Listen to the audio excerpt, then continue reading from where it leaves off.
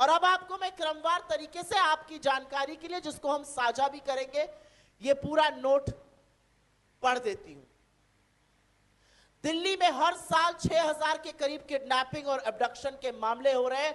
दिल्ली में बच्चों के खिलाफ होने वाला अपराध हिंदुस्तान में सबसे ज्यादा है, 8080।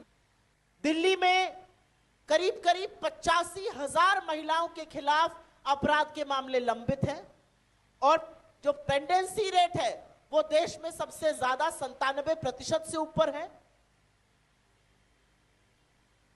दिल्ली जैसे छोटे राज्य में हर साल 4,30,000 लोग अपराध का शिकार हो रहे हैं और यह चुनावी मुद्दा नहीं है। इस पर नहीं भिड़ते अरविंद केजरीवाल और भारतीय जनता पार्टी। इसको बोल दो तो जुगलबंदी होने लगती है, डुएट गाने लगते हैं। जब अपना मामला आएगा तो एलजी के यहां जाकर पैर पसारकर आप बड़ी बड़ी बातें करते हैं, तब आप धरना देने का ढोंग करते हैं। लेकिन जब महिलाओं का, बच्चों का, आम जन की सुरक्षा का मामला आएगा तो आपके मुंह पर ताला लग जाता है। क्यों? क्या महिलाओं का सम्मान, क्या महिलाओं की सुरक्षा, क्या बच्चों की सुरक्षा आपकी जिम्मेदारी नहीं है? किस मुंह से अमित शाह जी और किस मुंह से नरेंद्र मोदी जी दिल्ली में प्रचार करने उतरे हैं? 26 साल दिल्ली ने बाहर रखा है, फिर खदेड़े जाएंगे, क्योंकि दिल्ली समझती है कि आपकी देखरेख में, आपकी छत्र छाया में दिल्ली अपराध की कैपिटल बनी हुई है। विश्व में, पूरे विश्व में दिल्ली में जो क्राइम रेट है वो 14241, 1424, जो विश्व में सबसे अधिक है। जो क्राइम रेट विश्व का औसतन 258 है, दिल्ली का 1400 से ऊपर है। इसके लिए कौन जिम्मेदार है? इसके लिए आप और बीजेपी दोनों जिम्मेदार हैं। और इससे पहले कि आम आदमी पार्टी ये रोना रोए, क्योंकि रोना रोने की आदत है कि हम क्या करें, हमारे पास तो पुलिस नहीं है। अरे बगल के पंजाब में आपको पुलिस और प्रशासन दोनों मिला है। क्या हाल कर दिया आपने पंजाब का।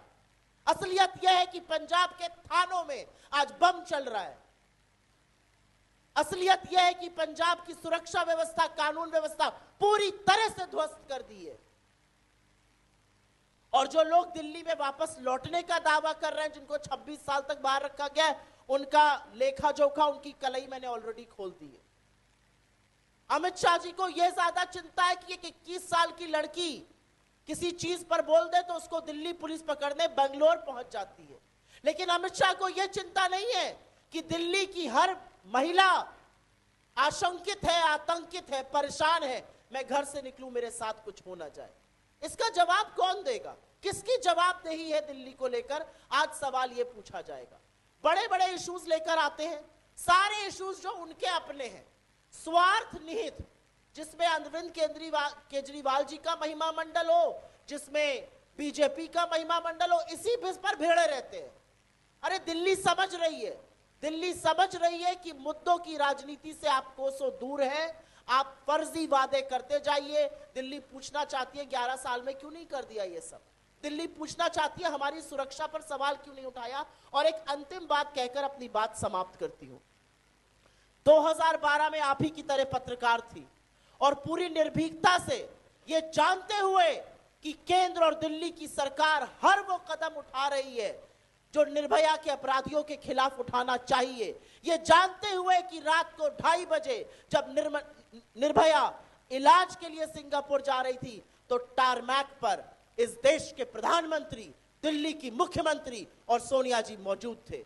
ये जानते हुए कि जब दुर्भाग्यवश उसकी मौत हो गई और उसका शरीर, पार्थिव शरीर देश लाया गया, तो रात के 1:30 बजे इस देश के प्रधानमंत्री ने, दिल्ली की मुख्यमंत्री ने और सोनिया जी ने वहां पर खड़े होकर उनके परिवार के साथ ढांढस बंधाया। ये जानते हुए कि राहुल गांधी जी ने निर्भया के भाई का भरण पोषण का भार उठाया और कभी मीडिया में स्टोरी प्लांट नहीं करी कि उनका महिमा मंडन हो। यह सच भी तब सामने आने दिया गया जब निर्भया की मां ने खुद इस पर बोला कि मेरा बेटा पायलट आज राहुल गांधी की वजह से बना है। यह जानते हुए, यह सब जानते हुए, एक पत्रकार होते हुए दिल्ली के इंडिया गेट पर खड़े होकर पत्रकारिता करी, सवाल पूछे, लेकिन कभी देशद्रोह का मुकदमा नहीं लगा हमारे सामने। और अपने इर्द गिर्द बीजेपी वालों को देखा, अपने इर्द गिर्द आप वालों को देखा, लेकिन पिछले 11 साल से एक बार भी ना एक बीजेपी के मुंह से चू निकली, ना एक आपके मुंह से शब्द निकला, और बेधड़क अपराध बढ़ता रहा। 100 गुना अपराध राष्ट्र की राजधानी दिल्ली में जो 80,000 होता था 2013 में, वो 3,20,000 पार कर गया, और इनमें से किसी के कान पर जू नहीं रहेंगी। आज सवाल यह है कि दिल्ली अपराध को बेधड़क होने पर, अपनी सुरक्षा पर आशंकित रहेगी या एक बड़ा फैसला करेगी।